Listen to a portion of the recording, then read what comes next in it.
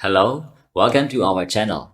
This video continues from the previous one where we discussed the book, namely How to Win Friends and Influence People by Dale Carnegie.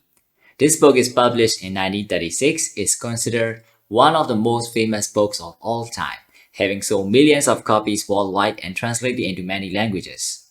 Previously, we did explore two key sessions from the book, which are how to handle people and how to make people like us. In this video, we will focus on the remaining two sessions, which is about how to persuade people and how to lead people. So, if you're ready to step up your influencing and leadership skills to the next level, this video is for you. Please like and subscribe to our channel to get the most out of your 10 minutes every day.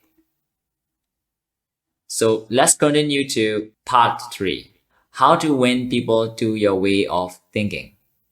This session is about persuasions and influence. The key components include: Number 1. The only way to get the best of an argument is to avoid it. Instead of arguing, seek common ground and areas of agreements to build rapport and reach better outcomes. Example: acknowledging the validity of someone's perspective or finding a shared goal or the value. In a working meeting, avoid becoming defensive or confrontational, and instead seek to understand and address different viewpoints. 2. Show respect for the other person's opinions. Acknowledge that everyone has their own beliefs and perspectives. For example, saying, "I understand where you're coming from," or "that's an interesting perspective," that will be helpful most of the time. When discussing a controversial topic with a friend or family member, approach the conversation with an open mind and respect for their viewpoint. 3. If you're wrong, admit it quickly and emphatically. Take responsibility for your mistakes and show a willingness to learn from them. For example, saying, "I made a mistake," or "I see now that I was wrong." In a professional setting, admit to a mistake as soon as possible to maintain trust and credibility with colleagues and superiors. 4. Begin in a friendly way. This means start conversations in a positive and friendly manner. For example, asking how someone's day is going or complimenting them on something. When meeting someone new or starting a conversation, approach the interaction with a friendly and positive attitude. 5. Get the other person saying yes immediately.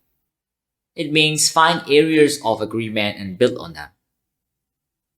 In a negotiation or sales pitch, start by emphasizing areas of agreement to build rapport and increase the likelihood of a successful outcome. For example, asking questions that elicit a positive response or highlighting shared values. 6. Let the other person do a great deal of the talking. Be an active listener and allow the other person to express their ideas and opinions. In a job interview or networking event, actively listen to the other person and ask questions to better understand their experiences and perspective will always help. For example, asking open-ended questions or nodding and making eye contact while the other person speaks. Number 7. Let the other person feel that the idea is his or hers.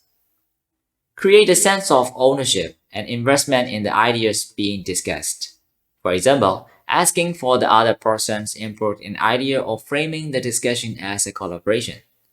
When working on a group project or seeking input from colleagues, encourage others to contribute and feel ownership over the final product.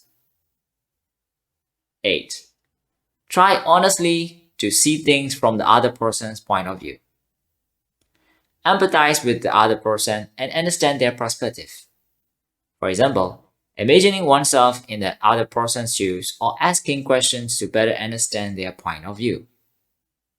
When facing a conflict or disagreement, seek to understand the other person's perspective and empathize with their position. 9. Be sympathetic with the other person's idea and desires. Show empathy and understanding towards the other person's wants and needs. For example, acknowledging that the other person's idea have merit or value, or asking questions to better understand their goals. When working with a team or managing others, seek to understand their motivations and goal to better support them. 10. Appeal to the nobler motives. Appeal to people's higher values and principles. For example, emphasizing how an idea or action will benefit others or society as a whole. When trying to persuade someone to take a particular action or support a particular cause, appeal to their sense of morality or altruism. 11. Dramatize your ideas. This means using storytelling and vivid language to make ideas more memorable and compelling. For example, using analogies and metaphor can help make abstract ideas more concrete and relatable. For example, when explaining the importance of cybersecurity to your team, you could use the analogy of a fortress protecting valuable treasures. This can help them visualize the importance of protecting their company's data. 12. Throw down a challenge. This means presenting a challenge or a goal to motivate others to action. For example, framing a problem as a challenge to be overcome can motivate people to work together towards a common goal. For example, when discussing a difficult project with your team, you could frame it as a challenge to push themselves and overcome obstacles together. This can motivate them to work harder and more collaboratively. Example 2. When encourage your children to learn a new skill, you could present it as a challenge and motivate them to improve by setting goals and rewarding their progress. Let's continue to the last session. Part 4. Be a leader. How to change people without giving offense or arousing resentment. This session is about effective leadership and managing people. The key component includes 1. Begin with praise and honest appreciation. This component involves starting conversation with positive feedback and recognition. For instance, you can praise someone for a job well done, compliment them on their outfit, or appreciate their efforts in a project. By doing this, you build rapport and encourage open communication. 2. Call attention to people's mistakes indirectly. This component involves pointing out mistakes in a constructive and respectful way. For example, instead of criticizing someone's outright, you can ask questions that encourage self-reflection, provide feedback that focuses on that action rather than the person, or use humor to lighten the mood. By doing this, you help people recognize and learn from their mistakes without feeling attacked. 3. Talk about your own mistakes before criticizing the other person.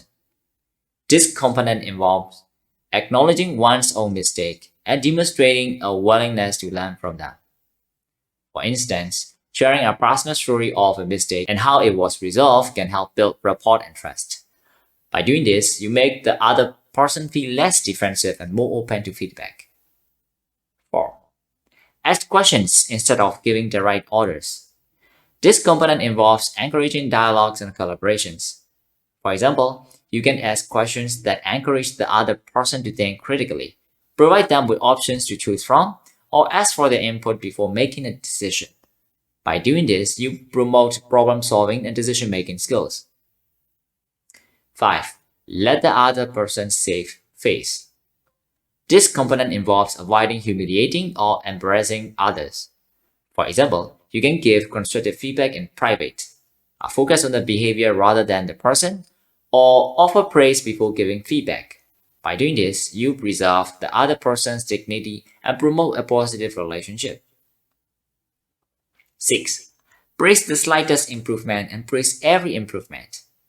This component involves recognizing and rewarding progress. For instance, acknowledging the small steps towards a goal, providing positive feedback for effort made, or offering incentives for achieving goals. By doing this, you motivate people to continue making progress and improve their performance. 7. Give the other person a fine reputation to live up to. This component involves setting high expectations and encouraging others to rise to the challenge. For example, recognizing someone's potential, providing them with challenging opportunities, or holding them to high standards. By doing this, you promote personal and professional growth and encourage people to reach their full potential. We have now come to the end of our book discussion on the insights I gained from How to Win Friends and Influence People, written by Dale Carnegie. Please remember, in your daily interactions, you can apply these components by being mindful of how you communicate with others. For instance, you can start conversation with positive feedback, provide feedback in a constructive and respectful manner, share personal stories of mistakes and learning, encourage dialogues and collaborations, give feedback in private, acknowledge progress, and set high expectations. By doing this, you can build better relationships with others, promote personal and professional growth, and achieve better outcomes. Last but not least, I would also highly recommend to get the copy of this book for full details. Thanks for watching, and please like and subscribe to our channel for more videos. See you soon!